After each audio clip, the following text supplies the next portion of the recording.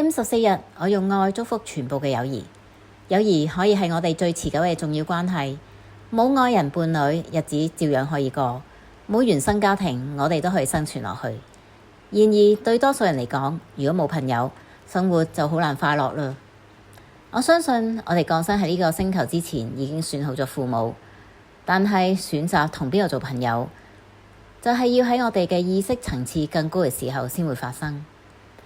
朋友可以係核心家庭嘅延伸同埋替代品。對大多數人嚟講，非常需要同其他人分享自己嘅生活經驗。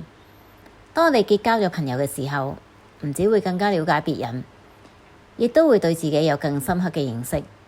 呢啲嘅人際關係就好似鏡子咁樣，映照出我哋嘅自我價值同埋自尊。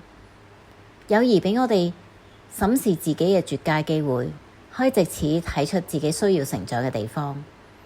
當朋友之間嘅關係變得緊張嘅時候，不妨回頭睇睇童年時期接收到嘅負面信息，或者你應該開始心靈大掃除啦，打掃心靈之屋，將積累一世嘅負面信息清空。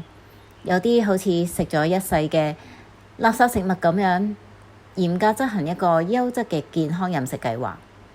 改變飲食之後，身體就會慢慢釋出積累嘅毒素。你可能會有1-2日會覺得唔舒服，但係你要堅持落去啊！我知道你做得到㗎。